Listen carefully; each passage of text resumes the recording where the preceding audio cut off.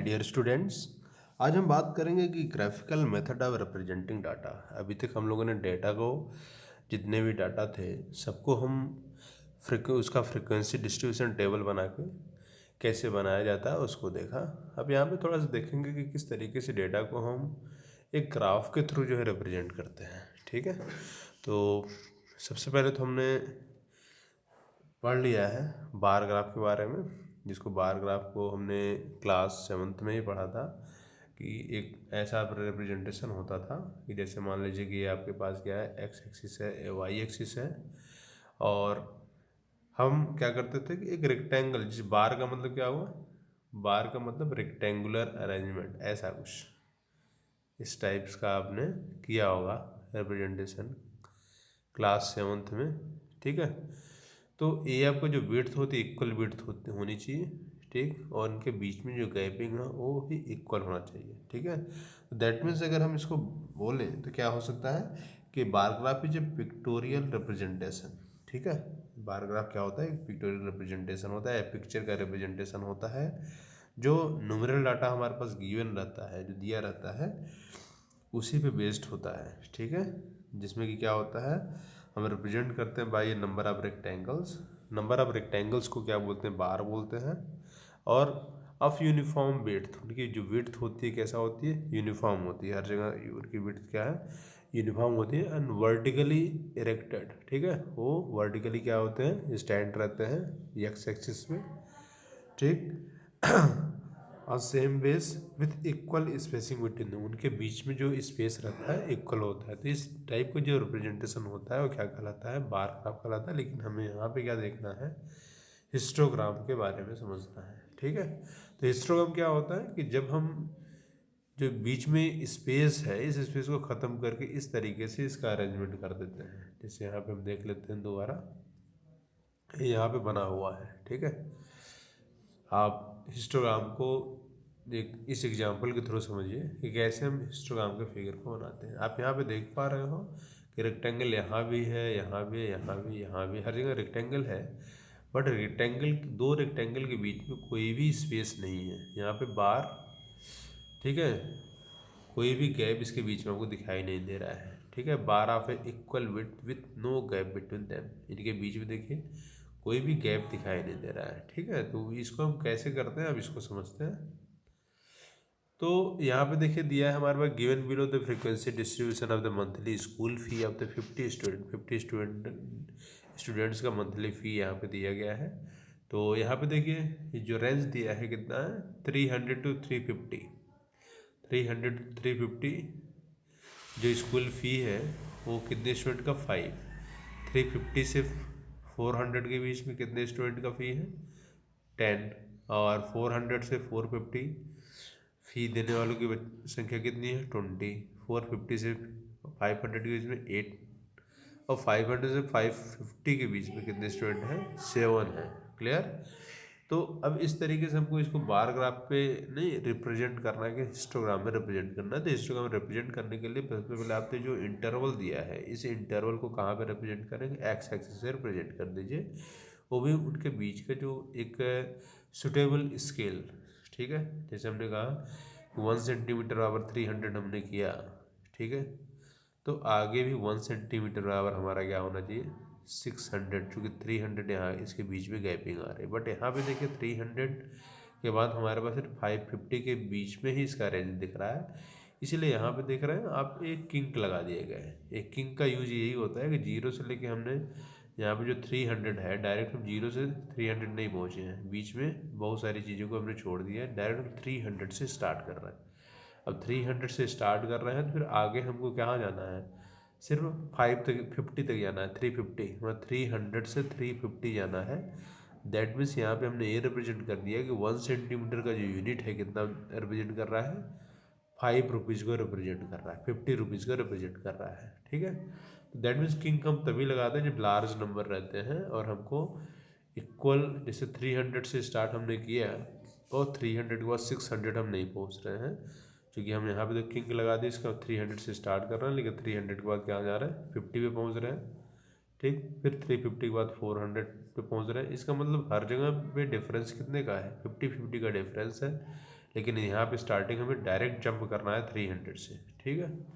तो इसलिए हम यहाँ पे बीच में किंक लगा दिए। वो आप किंक एक्स एक्सिस और वाई एक्सिस दोनों पे ही लगा सकते हैं, लेकिन आप अपनी सुविधा अनुसार जहाँ पे इसकी नीड होती है वहीं पे लगाना है, ठीक है। तो आपने इस तरीके से अरेंज कर दिया 300, 350, 400, 450, 500, 550 अरेंज कर लिया।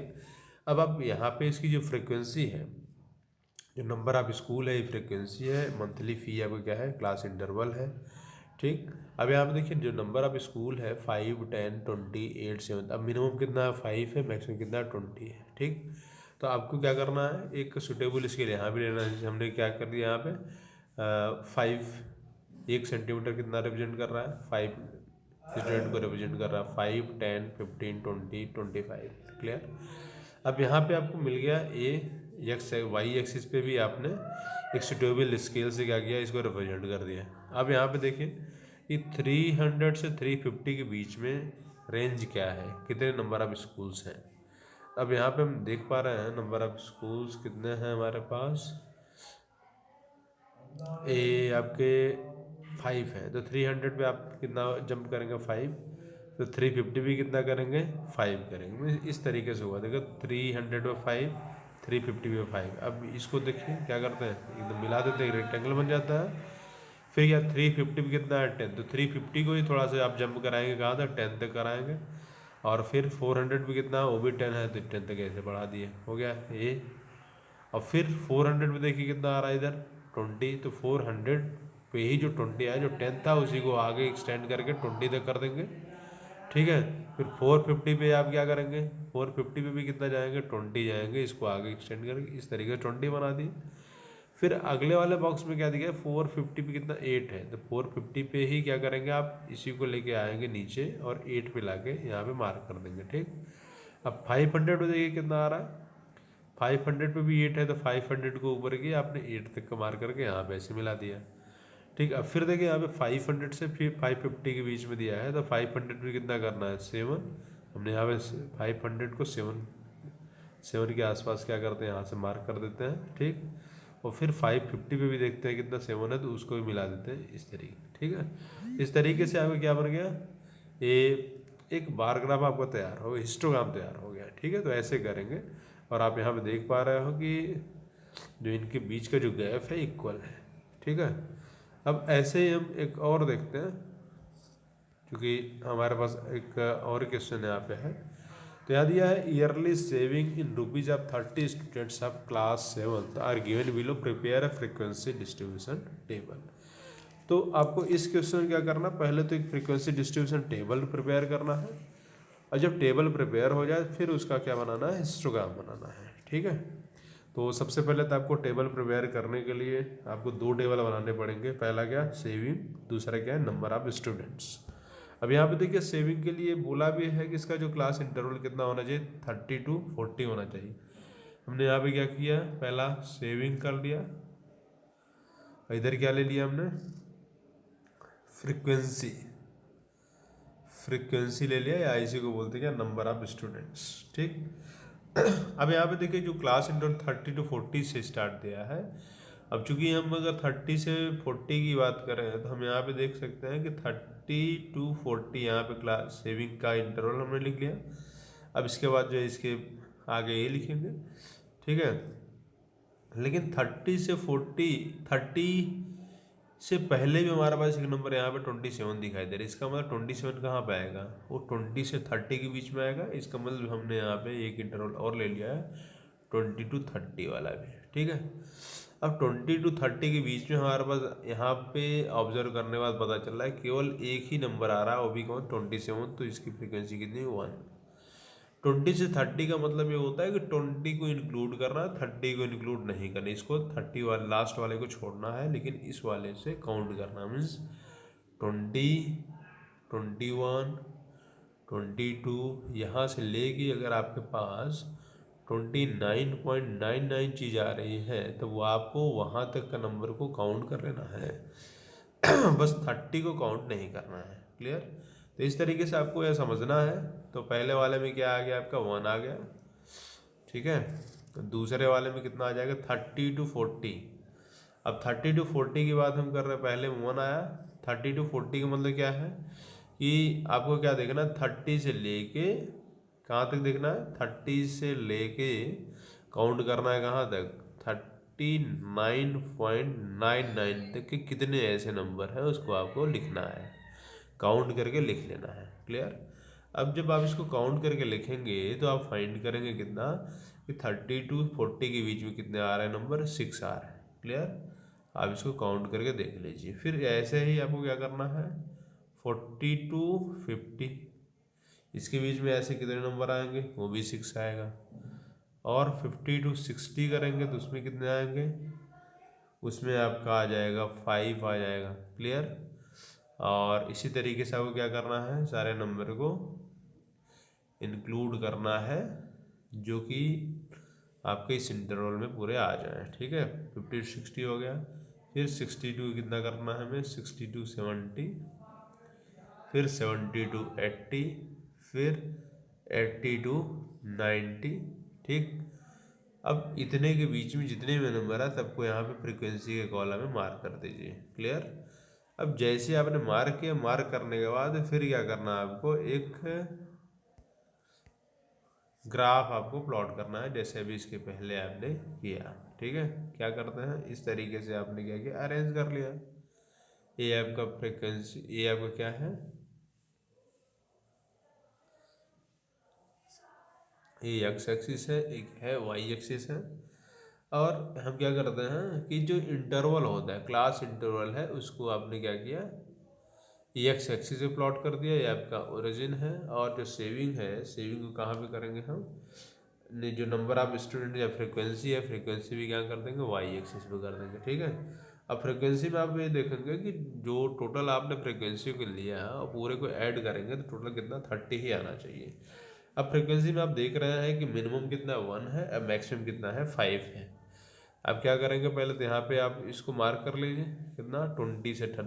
हमने क्या किया, हम यहाँ पे 10 से स्टार्ट, 10, 20, 30, 40, 50, 60, 70, 80, 90। ठीक। अब हमें क्या करना है, यहाँ पे मार्क कर लेते हैं हम, कितना मार्क कर लिया, हमारा 2 हो गया, 4 हो गया, 6 हो गया, 8 हो गया। ठीक। अब देखो हमें क्या करना है, 20 से 30। ठीक। 20 to 30 कितना है, 1 है। तो 20 से 30 अगर हम 1 चलें, दैट मीन्स हमें क्या करना है, यहीं भी चलना है यहाँ तक। ये हमारा हो गया 20 से 30। क्लियर। हमने 20 पे भी 1 चला और 30 पे भी 1 चला, क्योंकि 20 to 30 इंटरवल का मतलब क्या है, 20 पे भी आपको 1 उसकी हाइट होनी चाहिए और 30 पे भी कितना, 1 होनी चाहिए। तो हमने इस दोनों को मिला के यहाँ पे एक रेक्टेंगल टाइप का शेप बना दिया। क्लियर। 30 to 40 की बात हम करें, 30 to 40 की बात करेंगे तो इसमें बीच में कितना, 6 आ रहा है। तो 30 भी कितना है, 30 को कितना आगे बढ़ाना है, 6 तक बढ़ा देना है यहाँ तक, तो आपने आगे बढ़ा दिया 6 तक। क्लियर। 40 भी कितना है, 6 है, तो इसको यहाँ से ऐसे मिला दिए। 40 to 60, 40 to 50 कितना है, 6 है। तो आप 40 to 56 है, तो ये आपने क्या किया, इसी को, ये तो 6 है ही है, 50 पे भी आप कितना, 6 बना दिया। क्लियर। अब 50 to कितना, 65 है, 50 to 65 है, तो वो आपका नियर अबाउट इसके बीच में आएगा। तो आप क्या करेंगे, 50 to 60 को यहाँ से मार्क करके 60 को ऐसा बना दिया। क्लियर। क्योंकि आपने 60 के ऊपर 5 तक ही आपको हाइट जंप करना है। अब 60 से 70 की बात करें तो कितना आ रहा है, 2 आ रहा है। ठीक है, 60 कितना, 2, तो 2 आपका इधर आएगा, ये है। 70 भी कितना है, 2 है, इधर आ गए आप। 70 to 80 कितना आ रहा है, 5 आ रहा है। 78 to 5 आ रहा है, तो फिर से आपको जंप करना है किधर, 5 तक, 70 से 80 तक ऐसा। फिर 80 to 90 कितना आ रहा है, 5 आ रहा है। तो 80 to 90 में 5 आ रहा है, तो फिर आपको क्या करना है, यहीं पे 5, 80 के ऊपर 5 तक आप गए, 90 को भी 5 पे ला के मिला देते हैं। ठीक है। तो इस तरीके से आपका जो बार ग्राफ हिस्टोग्राम जो आएगा इसका, ऐसा कुछ बनेगा। क्लियर? तो आपको इस तरीके से करना है। ओके।